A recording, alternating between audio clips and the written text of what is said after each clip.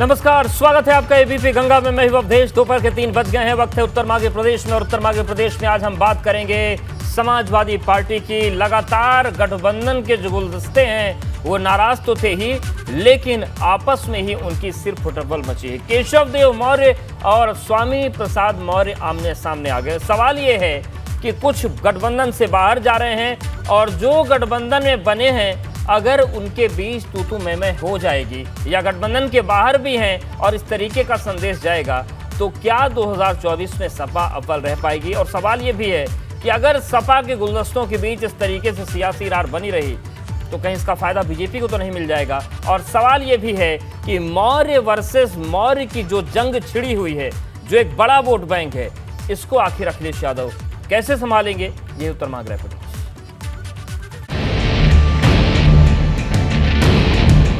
2024 की सियासत में कैसे होंगे अव्वल? गुलदस्ते के साथी आपस में ही कर रहे सिर फुटब्बल।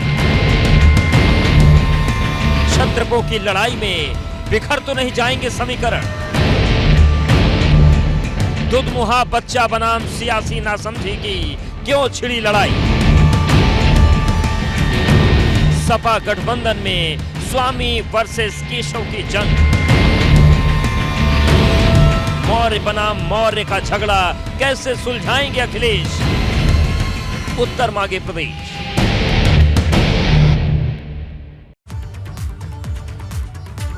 तो सवाल सीधा सा है कि जिस तरीके की स्थितियां हैं, कल तस्वीरें आई थी कि जो यादव वोट बैंक है सपा का, उस पर निगाहें बीजेपी की हैं, और कल चौधरी हरगोपाल जी के पुण्यतिथि कार्यक्रम में प्रधानमंत्री शामिल हुए, और आज जिस तरीके से स्वामी प्रसाद मौर्य और केशव देव मौर्य के बीच तू-तू-मैं हो रही है, उसमें भी कुछ सवाल उठ गए हैं। तो हमारे साथ सुनील अर्कवंशी जी जुड़ गए हैं, राष्ट्रीय प्रवक्ता हैं सुभाषपा, डॉक्टर अनुराग भदौरिया जी हैं सपा प्रवक्ता, और हरीश चंद्र श्रीवास्तव जी हैं प्रवक्ता बीजेपी। आप तीनों का बहुत स्वागत है। डॉक्टर अनुराग भदौरिया जी, सबसे पहले आपके पास ही आ रहे हैं। जिस तरीके की स्थितियां बनी है, अगर हम यादव वोट बैंक की बात करें तो बीजेपी उस पर निगाहें बनाए हुए 2024 के लिए सोच रहे हैं कि अगर हरगोपाल जी के परिवार को भी साध कर, क्योंकि बड़े समाजवादी नेता रहे, उनको साध कर कुछ सेंध लगाई जाए। आज स्वामी प्रसाद मौर्य और केशव देव मौर्य एक दूसरे को दुधमुहा बच्चा और नासमझ बता रहे हैं। ये जो परिस्थितियां बन रही हैं, क्योंकि ये सारे लोग आपसे जुड़े रहे हैं, तो क्या आप मानते हैं कि ये एक चुनौती की स्थिति है समाजवादी पार्टी के सामने?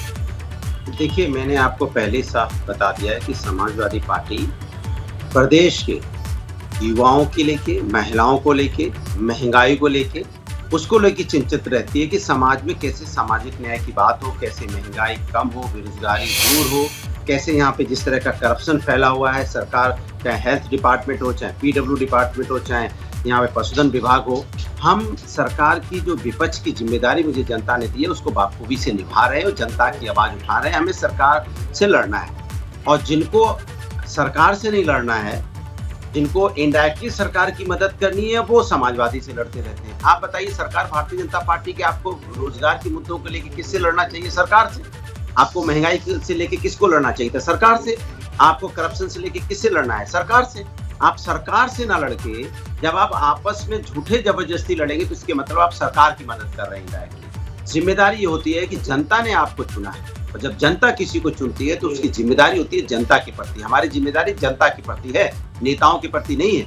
जनता जिस तरह से यहाँ परेशान है, जिस तरह से किसान का इनकम दोगुनी नहीं हो रही है, हमें उसकी चिंता है। हमें उसकी चिंता है जिस तरह से यहाँ पे अपराधी को किस तरह से बदमाश छुड़ा के लेके भाग जाते हैं पुलिस के चंगुल से। हमें लॉ एंड ऑर्डर की चिंता होती है, और एक घटना नहीं हुई जिस तरह से स्ट्रीट शीटर को छुड़ा के भागे हैं। आगरा में हुई, उन्नाव में हुई, और इस तरह से आप महिलाओं पे अत्याचार जिस तरह से बढ़ा है, जिस तरह से करप्शन बढ़ा है, हमें उसकी चिंता होती है। कैसे यहाँ पे हॉस्पिटल्स बने, कैसे यहाँ मेडिकल कॉलेजेस बने, कैसे रोड व्यवस्था अच्छी हो, हम उसकी चिंता करके सरकार के खिलाफ आवाज उठाते हैं। और जो लोग सरकार के खिलाफ नहीं बोल पा रहे हैं, इसके मतलब वो सरकार का वो साथ दे रहे हैं, अप्रत्यक्ष रूप से या प्रत्यक्ष रूप से। सुनील अर्कवंशी जी, लेकिन जो तस्वीर आज बनी है, ये तस्वीर क्यों बन रही है? आखिर क्यों एक दूसरे को नासमझ, दुधमुहा बच्चा, ये सब कहने की स्थिति आ गई? इसमें किसका फायदा और किसका नुकसान दिख रहा है आपको? देखिए, अवधेश जी, 2022 में हमने समाजवादी पार्टी से गठबंधन इस बात के लिए किया था क्योंकि हम उत्तर प्रदेश में चाहते थे कि जातीय जनगणना होने का काम हो, उत्तर प्रदेश में शराबबंदी की लागू की जाए, उत्तर प्रदेश में शिक्षा एक समान लागू की जाए, रोजगार मुहैया कराया जाए। इन सब मुद्दों को लेकर समाजवादी पार्टी के साथ में हमने गठबंधन करने का काम किया था। मगर समाजवादी पार्टी अपने गठबंधन के साथियों का किस तरीके से अपमान कर रही है, चाहे माननीय केशव देव मौर्य जी का हो, चाहे माननीय शिवपाल जी को लेकर हो, चाहे माननीय श्री हमारे राष्ट्रीय अध्यक्ष ओम प्रकाश राजभर जी का हो, तो वो किसी तरीके से ये नहीं जान रहा है कि गठबंधन हमने इस बात को लेकर किया है कि हमारी ये लड़ाई मजबूत हो। जब लोकतंत्र में गठबंधन हम लोगों ने किया, लोकतंत्र में विपक्ष मजबूत होगा तभी ना हम सरकार से लड़ने का काम करेंगे। मगर समाजवादी पार्टी पता नहीं किस अहंकार में डूब गई। समाजवादी पार्टी को लगा कि नहीं, सिर्फ मेरी बदौलत यहाँ तक हमने पहुंचने का काम किया। समाजवादी पार्टी की बात तो करेंगे, पर जिन नेताओं की बात आप लोग करते हैं, जिस समाज को बढ़ाने की आप लोग भी बात करते हैं, जो ये मौर्य वर्सेस मौर्य खड़ा हो गया है दो नेताओं के बयान से, इस पर मैंने पूछा कि इससे किसका फायदा किसका नुकसान है। नहीं, अब उसमें देखिए ना, अभी इससे पहले माननीय केशव देव मौर्य जी जो कि गठबंधन के साथी थे, अभी जब छोड़ के चले गए तब आप अखिलेश जी के लिए क्या कह रहे थे, फिर उसके बाद आप साथ में आने की बात कर रहे हैं, तो कहीं ना कहीं उनका कहीं स्वार्थ तक नहीं हो पा रहा है, इसलिए वो इस तरीके की बात कर रहे हैं। और इससे नुकसान किसका हो रहा है? नुकसान आपने जो गठबंधन किया था, हम गठबंधन के साथी सब लोग एकजुट भारतीय जनता पार्टी की जो सरकार चल रही है उससे लड़ना चाहते थे, मगर आप लोग ही आपस में किसी का सम्मान नहीं कर रहे हैं। माननीय अखिलेश यादव जी को ही ले लीजिए, किस तरीके से माननीय केशव देव मौर्य जी का अपमान करने का काम किया।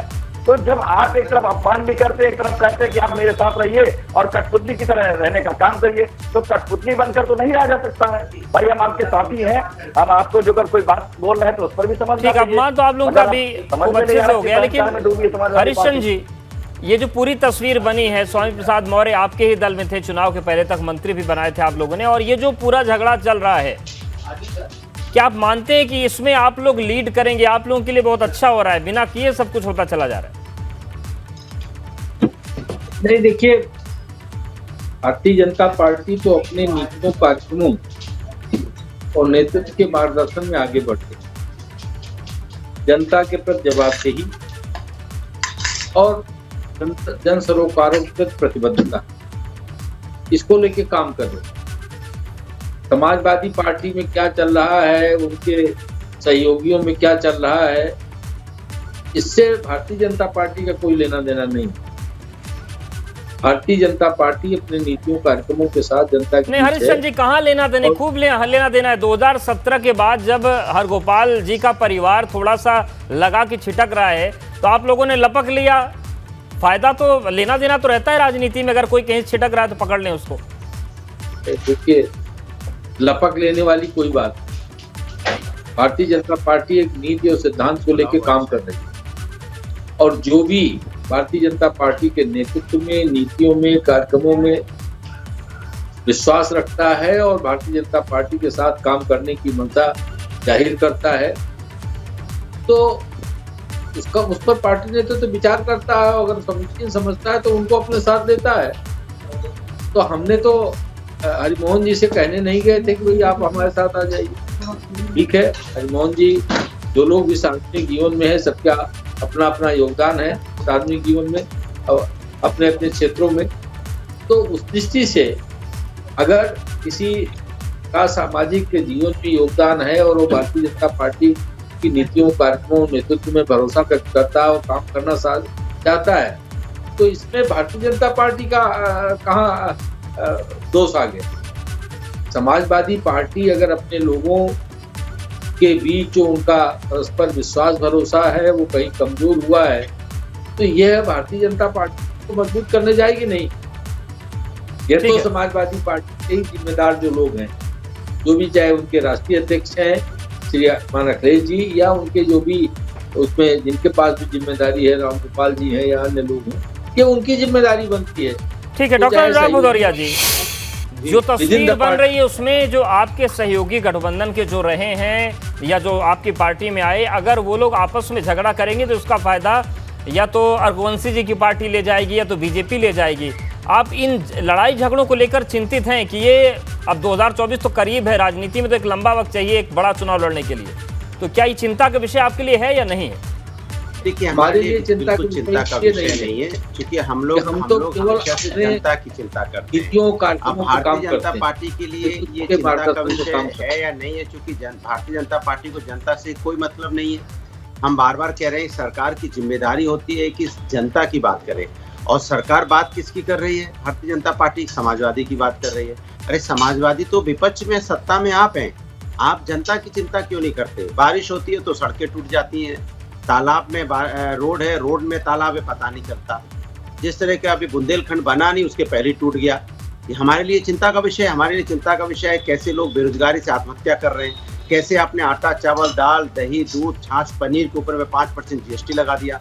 अब वो गरीब आदमी जो बेचारा खाना खाता था, उसके मुंह से निवाला छीनने का काम कर रहे हैं। मुझे इस बात की चिंता है, इस चिंता को लेके मैं उठा रहा हूँ। और जो दूसरे दल के लोग हैं वो समाजवादी की चिंता करते हैं। अरे समाजवादी की चिंता छोड़िए, आपको चिंता जनता की करनी है। एक बार भी यहाँ दूसरे दल के लोग इस बात पे नहीं उठा रहे हैं कि GST बढ़ने से गरीब आदमी को कितना नुकसान हो रहा होगा। बेचारे कैसे रोटी खाएंगे? रोजगार उनके पास है नहीं, महंगाई पहले से इतनी ज्यादा है, तो दाल रोटी चावल पैदा करके किसी तरह से खा भी लेते तो उसमें आपने 5% GST लगा दी। अब वो क्या खाएंगे बेचारे, कैसे जिएंगे? हमें उस बात की चिंता है।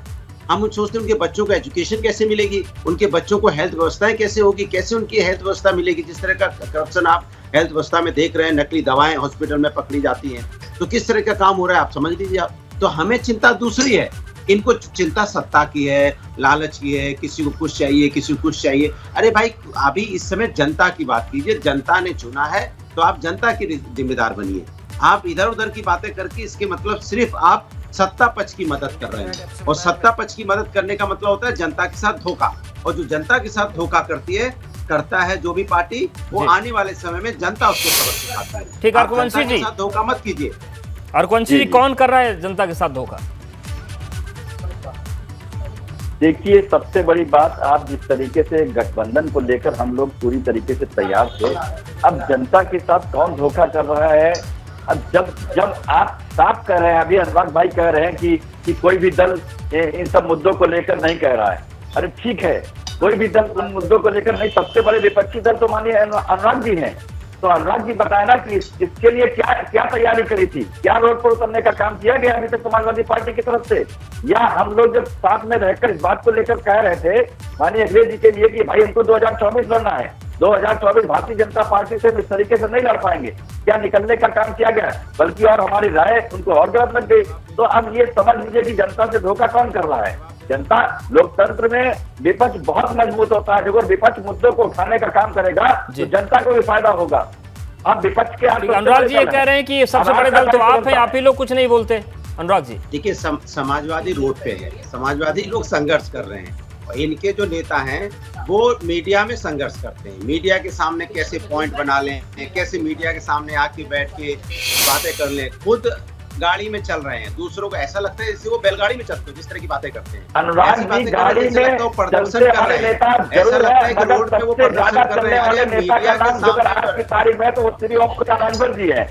हाँ वो ठीक है, कहाँ चलते हैं सबको पता है, कौन सी बैलगाड़ी में चलते हैं, कौन सी बैलगाड़ी में चलते हैं। जरा एक फोटो भेज दो, एक बार फोटो भेज दो बैलगाड़ी की फोटो भेज दीजिए। जिले में करने का काम कर रहे हैं। अर्कवंशी जी बैलगाड़ी की फोटो मांग रहे हैं अनुराग जी। फोटो भेज दो ना, बैलगाड़ी में चलते हैं, हम भी देख लें। भेज दो, दूध का दूध, पानी का पानी हो जाए, भेज दो। क्या खाली अरे भेज दो ना, पेड़ की फोटो भेजने से, अरे मैं तो चढ़ जाता हूं, फोटो भेजने से चढ़ के दिखाओ ना, जनता को फायदा मिलेगा। जिस तरीके से फोटो सेशन अनुराग जी आप कराते हैं, उस तरीके का फोटो सेशन हमारे नेताजी नहीं कराते हैं। फोटो सेशन नहीं होता है, गाड़ी पे चलने के लिए खेत में जाने का काम करें तो बैलगाड़ी पे चलेंगे, मगर ये बताइए खेत में जाने के लिए आप बैलगाड़ी से जा सकते हैं। 10, 20, 50 किलोमीटर चलो तो बैलगाड़ी पे, हम बैलगाड़ी पे चल के दिखा देते हैं, हम जामुन पे पेड़ पे चढ़ जाते हैं। तो इसके मतलब असली गाँव का आदमी कौन हुआ? जो पेड़ पे चढ़ेगा वो असली आदमी हुआ ना। आप तो चढ़ ही नहीं पाओगे, चढ़ ही नहीं पाओगे जामुन के पेड़ पे। हम तो चढ़ते हैं कभी तो, और आपको जामुन के पेड़ पे चढ़ना हुआ, आपको वीडियो अगर आपको बड़ा खड़ रहा है, इसके मतलब आप चढ़ नहीं पाओगे पेड़ पे। साफ जाहिर हो गया गाँव में कौन रहता है, गाँव में वही रहता है जो पेड़ों पे चढ़ सकता है। पेड़ों पे चढ़ता हूँ इसलिए वीडियो बनता है, आप चढ़ते नहीं तो बनेगा कहाँ से वीडियो? आप तो यहाँ बैठे आराम से दिल्ली में, आप एसी से बाहर नहीं निकलना आराम से चाहते, बैठे हो। आप एसी और भारतीय जनता पार्टी का दिखाना चाहते हैं। आप चढ़ के दिखाओ, कोई मतलब नहीं, वो होगा नहीं आपसे। खाली बातें, एक बार चढ़ के तो दिखा दो और वीडियो ही डाल दो, चढ़ के जाओ। मैं चैलेंज कर रहा मेरे नेता जी लगातार क्षेत्र में चलने का काम करते हैं। नीम के पेड़ पे चढ़ के दिखा दो, नीम के पेड़ पे चढ़ के दिखा दो, जामुन के पेड़ पे चढ़ के दिखा दो। कोई मतलब नहीं है। जामुन के पेड़ की फोटो, आम के पेड़ की फोटो, मैं तो टीवी पे चैलेंज करता हूँ, ओपन चैलेंज कर रहा हूँ, चढ़ के दिखा दो। कार्यकर्ताओं के पास जाके अरे उनको जमीनी ओपन चैलेंज कर रहा हूँ, चढ़ के दिखा दो ना।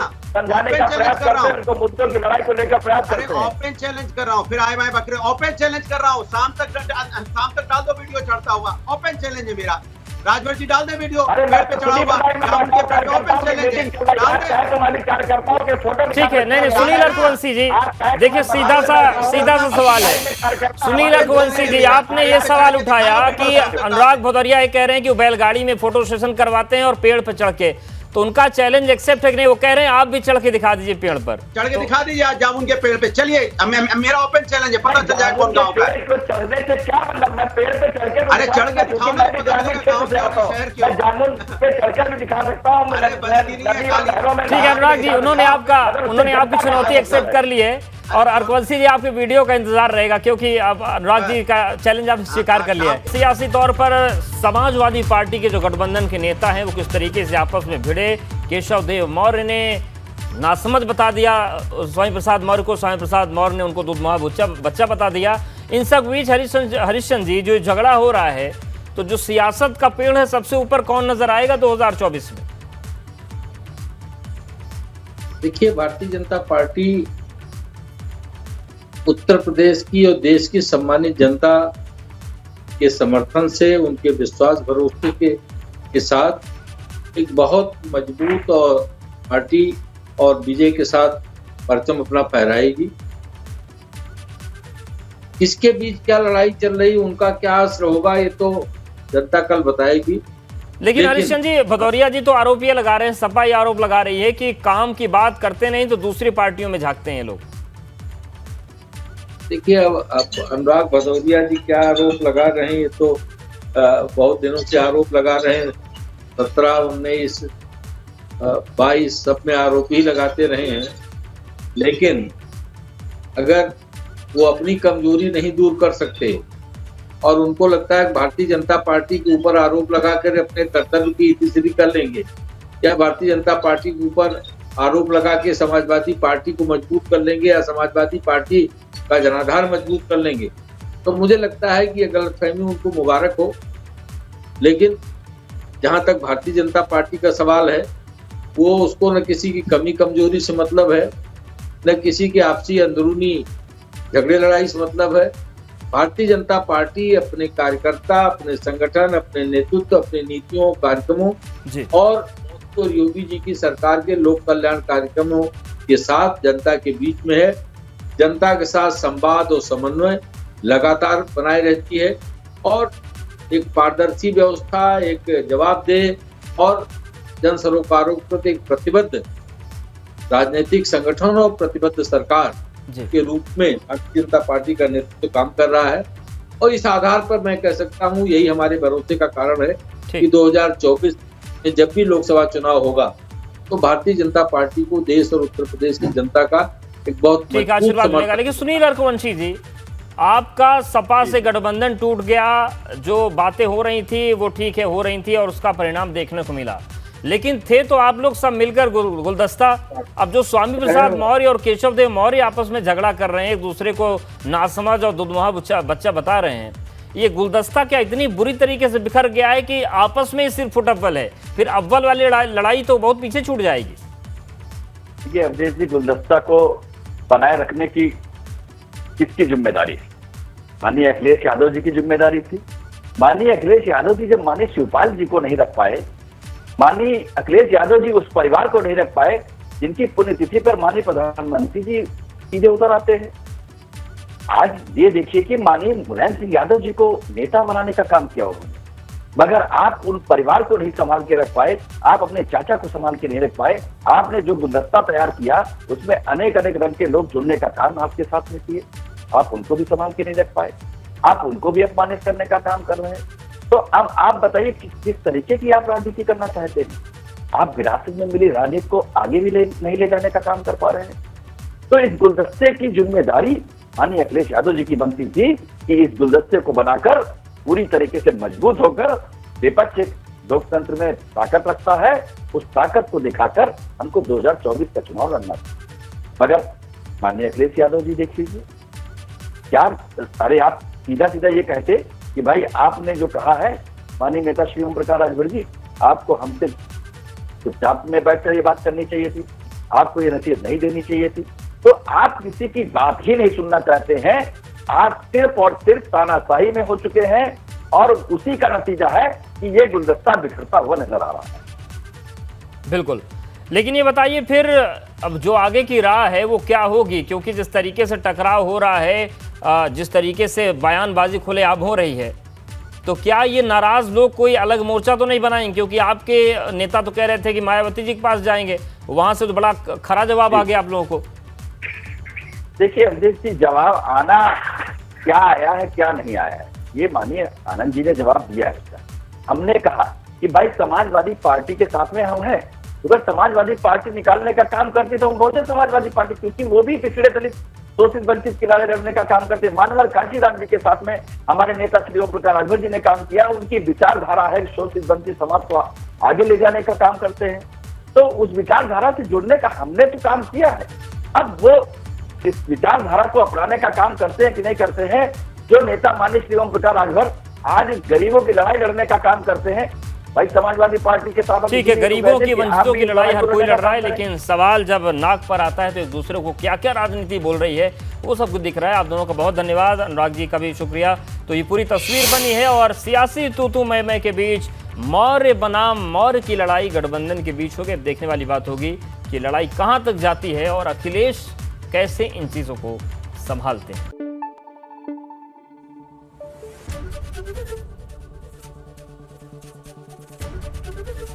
एबीपी गंगा, खबर आपकी, जुबान आपकी।